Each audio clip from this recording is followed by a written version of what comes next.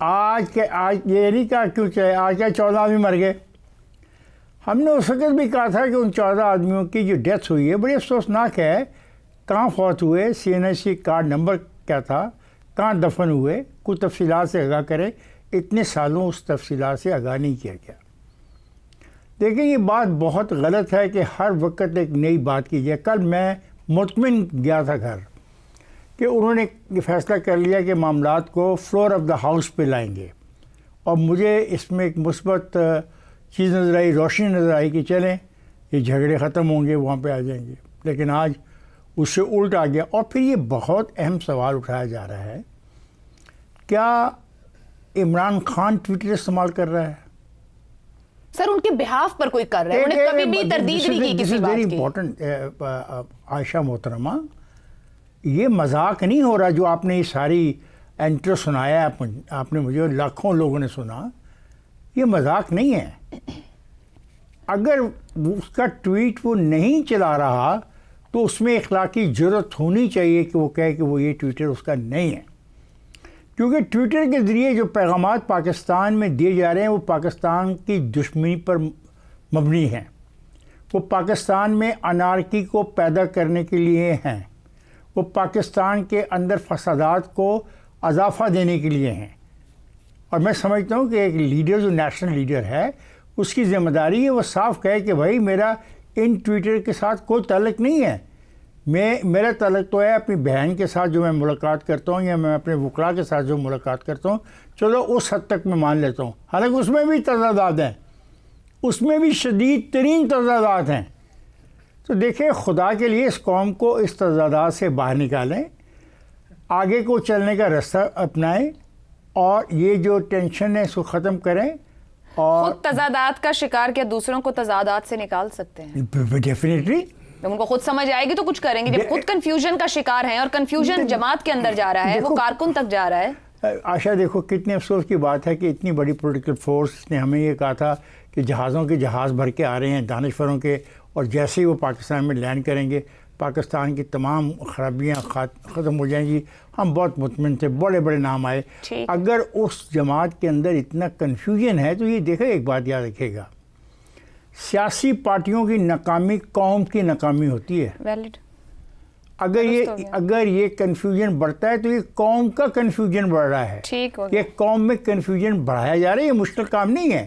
یعنی جو بھی ٹویٹر استعمال کیا جا رہا ہے کینیڈا سے یا امریکہ سے, تو صاف طور پہ بتانا چاہیے کہ جناب یہ میں نہیں کہہ رہا.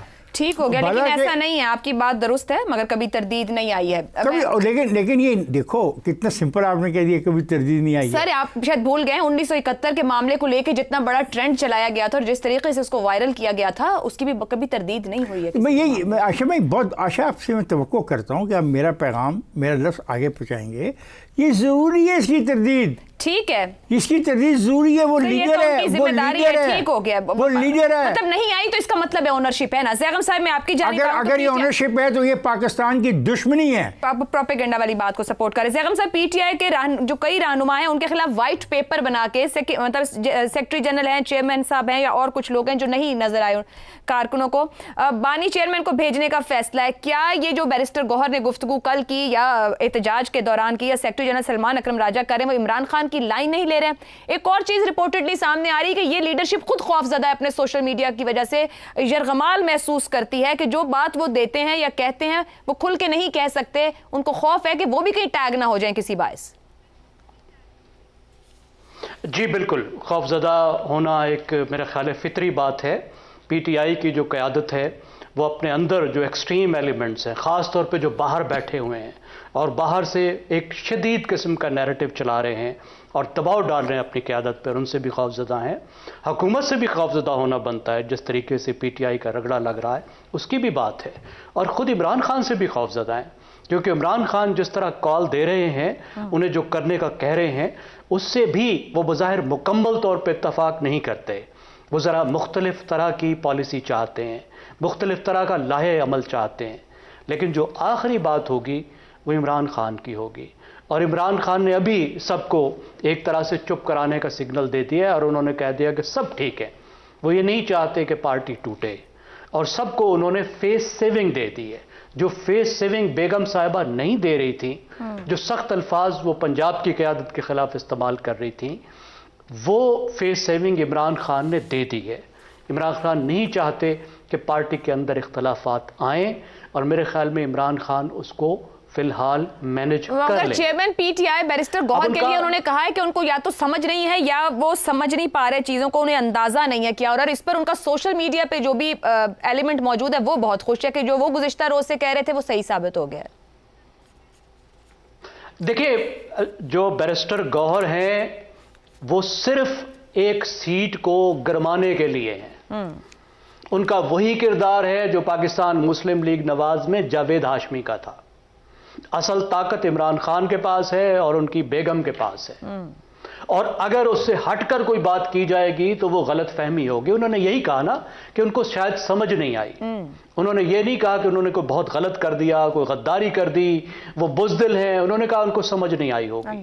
تو میرا خیال ہے اس میں بھی انہوں نے بیرسٹر گوہر کو جو ہے وہ فیس سیونگ دی ہے. اور مفاہمت ہو یا مزاحمت ہو, مقصد ایک ہے, مقصد ہے حقیقی آزادی. اور حقیقی آزادی کا مقصد ہے کہ اقتدار میں عمران خان کو ہونا چاہیے. بالکل اسی طرح جس طرح ووٹ کو عزت دو کا جو بیانیہ تھا, اس کا مقصد تھا حکومت مسلم لیگ نواز کو دو.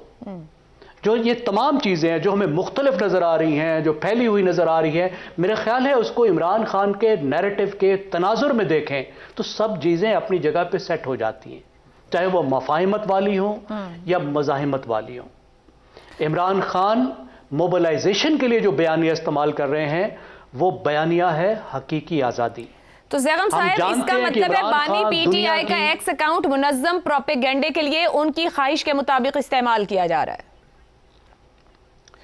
آپ اس کو منظم پروپیگنڈا کہہ رہی ہیں, میں ذرا صاف ٹرم میں عمران خان کا نیریٹو کہہ دوں گا. عمران خان کے نیریٹو کو سرو کر رہا ہے. جو کچھ 26 تاریخ کو ہوا وہ عمران خان کے احکامات کے بالکل مطابق ہوا. ٹھیک, عمران خان کے نیریٹو اور عمران خان کے لائحہ عمل کے مطابق سب کچھ ہو گیا ہے. ورنہ وہ صرف ایک سینٹنس سے اس چیز کو بند کروا سکتے ہیں. ٹھیک زیغم صاحب, اگر کوئی لیڈر موجود ہے تو اس کا مطلب ہے عمران خان کے احکامات کے مطابق کام کر رہا ہے. جو چیز ہو رہی ہے انہوں نے منع نہیں کیا تو اس کا مطلب ہے کہ وہ بانی پی ٹی آئی کے مطابق ہو رہا ہے. ٹھیک ہو گیا, اس میں کوئی شک نہیں ہے. دیکھیے جی شہزاد صاحب, پی ٹی آئی میں یہ جو جاری متوازی بیانیے ہیں جو زیغم صاحب جہاں کنکلوڈ کر رہے ہیں, اسی کو کامنٹ کیجیے گا. بانی پی ٹی آئی کی مکمل آشیرواد حاصل ہے ہر طرح کے بیانیے کو چلانے کے لیے.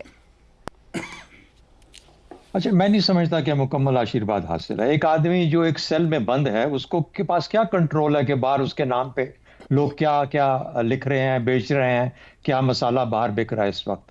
بدقسمتی سے مجھے یوں لگتا ہے کہ پی ٹی آئی کے اندر, اور بانی پی ٹی آئی کو تو کنفیوز ہونا چاہیے.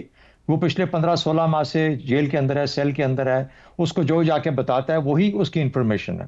انفارمیشن کیوں ضروری ہوتی ہے؟ تاکہ آپ ایک ویلیوڈ ججمنٹ کر سکیں کہ حالات کیسے ہیں. تو اس کو جو بتایا جاتا ہے, کل جو ان کو جا کے بتایا گیا اس کے مطابق انہوں نے اسٹیٹمنٹ دے دی, آج جو جا کے بتایا گیا وہ اسٹیٹمنٹ اس کے مطابق دے دی. تو میرا اپنا خیال یہ ہے کہ اس میں کوئی شک نہیں کہ جو کنفیوژن کا لفظ استعمال کیا گیا, کنفیوژن واقعی ہی ہر سطح پہ ہمارے ملک کے اندر ہے. اور یہ کوئی ایسی بات نہیں ہے جس کی ہم صرف بین بجاتے رہیں اور روم جلتا رہے, یا روم جلنے کے خدا نخواستہ امکانات پیدا ہو جائیں. مجھے یوں لگتا ہے کہ روم کے جلنے کے امکانات پیدا ہو رہے ہیں, اور اس قسم کی تفریق جو کہ کریٹ کی جا رہی ہے. دیکھیے, باہر بیٹھے لوگوں کو کیا اندازہ ہے کہ پاکستان کے اپنے حالات یہاں پہ کیا ہیں؟ قوم بیچ میں سے بٹی ہوئی ہے, مکمل طور پر تقسیم ہے, صوبے بٹے ہوئے ہیں, صوبے مختلف حکومتوں کے پاس ہیں, مختلف پارٹیوں کے پاس ہیں. تو جب آپ اس قسم کے ٹکراؤ کی کیفیت میں جائیں گے اور ٹکراؤ میں جانا چاہتے ہیں اور اس رستے پہ لوگوں کو لے کے جانا چاہتے ہیں, تو کیا صوبوں پہ حملے کریں گے؟ صوبے تو اس وقت سارے صوبے ان کے کنٹرول میں نہیں ہیں, اور نہ ہی اس قسم کی ووٹر بیس ہے جو کہ ایک صوبے کے اندر ایک بغاوت کا علم بلند کر دے گا. کیا پی ٹی آئی کے اندر وہ سیاسی عمل کو لے کے چلنا چاہتے ہیں, انتشاری عمل کو, یا انقلابی عمل کو؟ اور اس کا حل کیا ملے گا؟ کیا پاکستان کو ڈھا کے دوبارہ خدا نخواستہ بنانا چاہتے ہیں, ڈھانا چاہتے ہیں پاکستان کو؟ ارے ہم سے تو ٹریفک کنٹرول نہیں ہوتی, ہم سے تو سوشل میڈیا کنٹرول نہیں ہوتا, ہم کس طریقے سے ایک نیا آئین اور ایک نیا نظام لے کے چلیں گے؟ تو میرا خیال ہے کہ یہ عمران خان سے بہت اونچی بڑی دور کی بات ہے, زیادہ بڑی بات ہے. یہ حکومت کی ذمہ داری کی بات ہے, یہ مقتدرہ کے سوچنے کی بات ہے کہ ہم کس زون میں جا رہے ہیں, کس زون میں انٹر کر رہے ہیں. اس زون کے اندر سوائے اس قسم کی کنفیوژنز کے کچھ نہیں رہ گیا, جہاں پر کسی کو یہ نہ پتا ہو کہ مجھے لے تو آئے ہیں, میں نے آگے کدھر جانا ہے اور کرنا کیا ہے اور کہ مجھے کیوں لایا گیا ہے. وہ پارٹی ہو, وہ نظام ہو, وہ طریقہ ہو, وہ ہم کس راستے پہ چل رہے ہیں. دیکھیے میں ایک چھوٹی سی اگزامپل دیتا ہوں, پھر آپ کا شاید ٹائم ختم ہو رہا ہے, کہ ہم کہتے ہیں نا ہائبرڈ نظام ہے. ہائبرڈ نظام ایک کنفیوزڈ نظام ہے. مارشل لا ایک کلیئر نظام تھا, پتا تھا کہ جمہوری نظام غیر جمہوری نظام ہے. کوئی ایک مسلط ہو گیا, آدمی اوپر آ کے بیٹھ گیا, اب اس کا حکم چلے گا. وہ ہٹ گیا, جمہوریت حکومتیں آ گئیں, ایک کلیئر اور شفاف قانون اور آئین کے مطابق. اب ہوا یا نہیں ہوا وہ دوسری بات ہے, لیکن ایک طریقہ, ایک نظم, ایک آرڈر تو اویلیبل تھا نا جس کے مطابق چلنا تھا. آج تو یہ ہے کہ یہ نہیں پتا روزانہ کی بیسس کے اوپر ہم کیا کرتے ہیں, سوشل میڈیا کے جو لاز ہیں ان کو تبدیل کرنا شروع کر دیتے ہیں. تو میرا خیال یہ ہے کہ ہمارے جو بڑے ہیں سب, ان کو سمجھنا چاہیے کہ عمران خان کا تماشا نہیں ہے, نہ پی ٹی آئی کا تماشا ہے. خدا نہ خواستہ یہ کہیں ملک کا تماشا نہ بننا شروع ہو جائے. مجھے ڈر ہے کہ ہم عمران خان میں الجھے رہیں گے اور ملک اس تقسیم کے اندر اور گھستا چلا جائے گا, اور خدا نخواستہ پھر اس طرف ٹکراؤ میں نہ چل جائے یا سول وار سٹارٹ ہو جاتی. ٹھیک ہو گیا. شہزاد صاحب کی بات کے ساتھ کنکلوڈ کریں گے. کسی ایک شخص یا جماعت کی بات نہیں ہے, ہم کس زون میں داخل ہو رہے ہیں یہ ہر فیصلہ ساز کے سوچنے سمجھنے کی بات ہے. اس وقت ایک بریک لیتے ہیں, بریک سے واپس آئیں گے تو بات کریں گے پیکا ایکٹ میں مزید تبدیلیاں کی جا رہی ہیں, نئی اتھارٹی اور سخت سزاؤں کے ساتھ نتیجہ کیا رہے گا اس بریک کے بعد. پروگرام میں ایک بار پھر خوش آمدید. حکومت الیکٹرانک کرائمز کی روک تھام کے ایکٹ پیکا میں بڑے پیمانے پر تبدیلیوں کی منصوبہ بندی کر رہی ہے. سائبر کرائم ترمیمی بل کا ابتدائی مسودہ تیار کر لیا گیا ہے, جس کے تحت ڈیجیٹل رائٹس پروٹیکشن اتھارٹی قائم کی جائے گی. اتھارٹی کے پاس آن لائن مواد کو بلاک کرنے اور سوشل میڈیا تک رسائی روکنے کے علاوہ فیک نیوز پھیلانے والوں کے خلاف کارروائی کا اختیار ہوگا. اتھارٹی قانون نافذ کرنے والے اداروں یا کسی بھی شخص کے خلاف مواد ہٹانے کے احکامات جاری کر سکتی ہے. اتھارٹی کے پاس ریاست اور ریاستی اداروں کے خلاف نفرت پھیلانے سے متعلق مواد کو بھی ہٹانے کا اختیار ہوگا.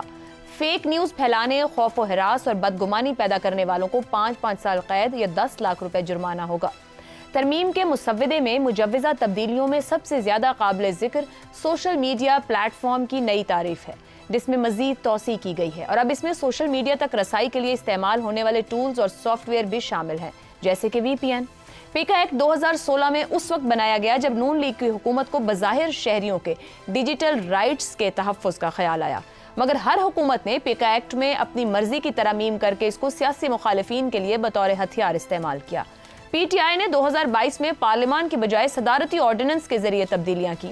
سماجی کارکن, ڈیجیٹل رائٹس ایکٹیوسٹ اور انسانی حقوق کی تنظیمیں بھی پیکا ایکٹ کے منفی استعمال پر تنقید کر چکی ہیں. موجودہ حکومت نے بھی حکومت سنبھالتے ہی سائبر ایکٹ میں ترامیم اور نئی اتھارٹی بنانے پر غور شروع کر دیا تھا.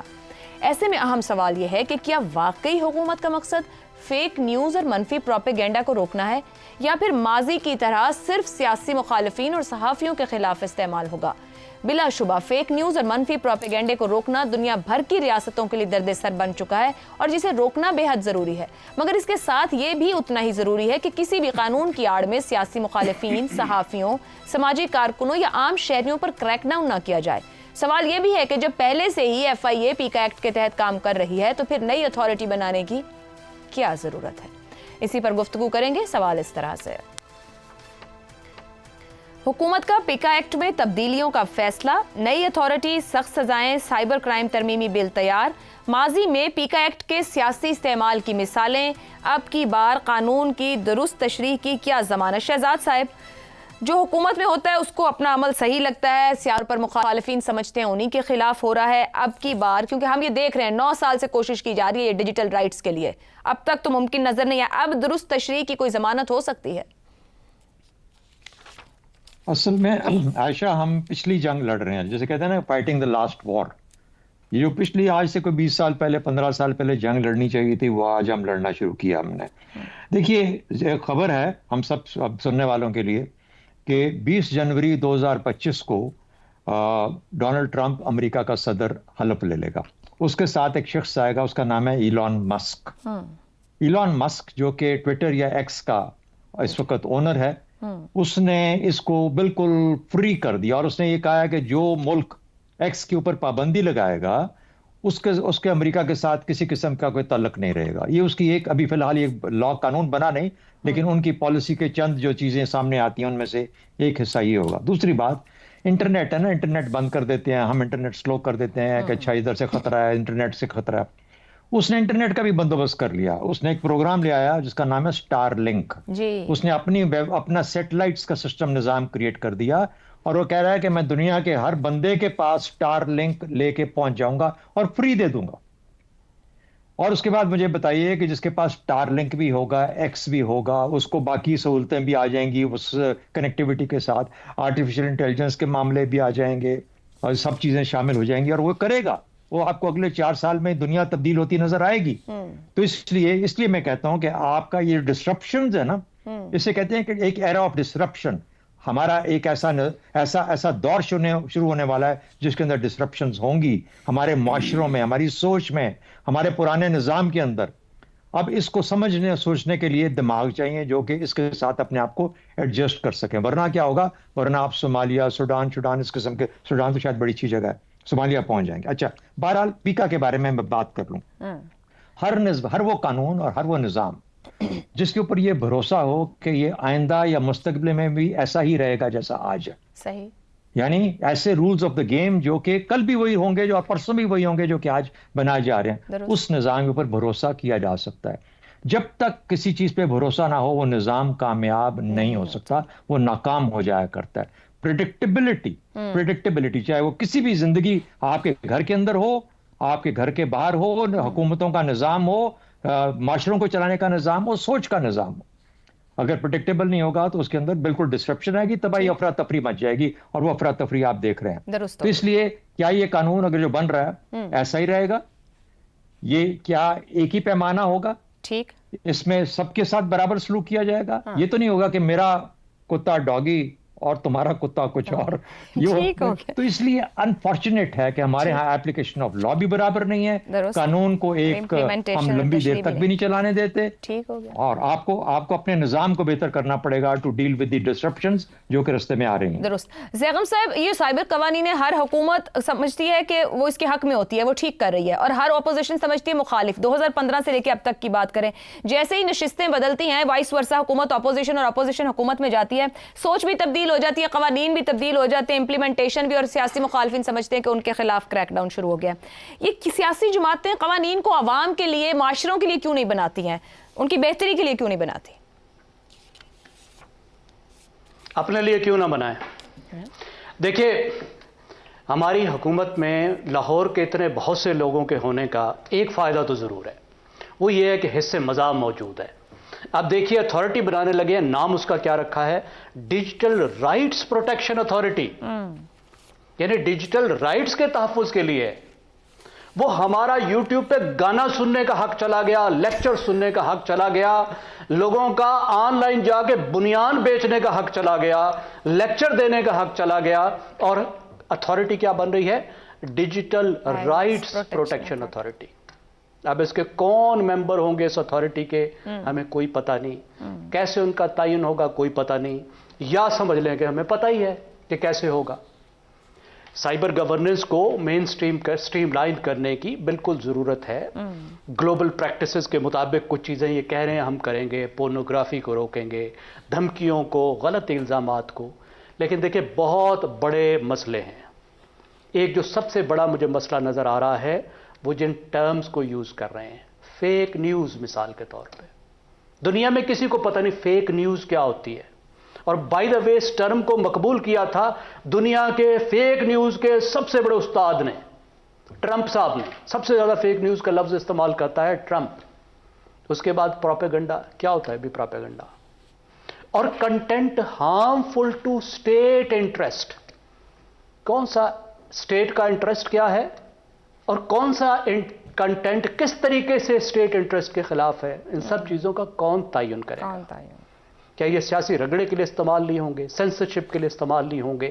اب بڑے آسان طریقے ہیں اس سے باہر نکلنے کے. جو سوالات میں نے اٹھائے ہیں, میں 2 باتیں کرتا ہوں, آپ دیکھیں کتنی آسانی سے. اور میں نہیں, یہ گلوبل ایکسپرٹس بھی یہ بات کرتے ہیں.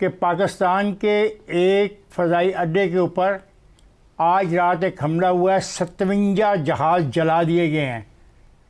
اس کو کہتے ہیں فیک نیوز. کیا بگاڑ لیں گے آپ ان کا؟ بس مجھے اتنی کہنا ہے. یہ جو بنانے کی کوشش کی جا رہی ہے, یہ ڈیلیور کرنے کی ضمانت اب کی بار ہو سکتی ہے؟ یہ اتھارٹی اس کی تشریح اکراس دا بورڈ ہوگی یا صرف سیاسی بات یہ ہے کہ یہاں پہ ایک بات اور کہی گئی کہ فیک جو نیوز ہے اس کے قوانین کے تحت لوگوں کے خلاف سزائیں ہوئیں.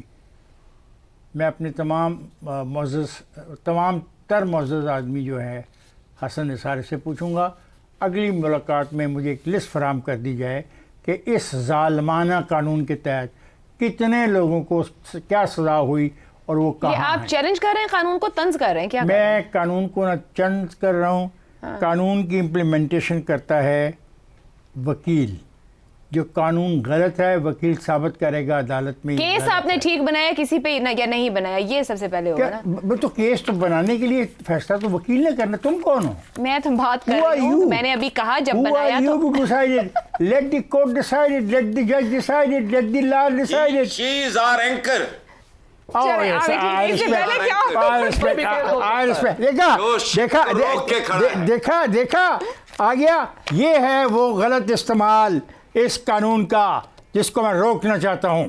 اس کا احترام کرنا چاہیے مجھے, سمجھ آئی؟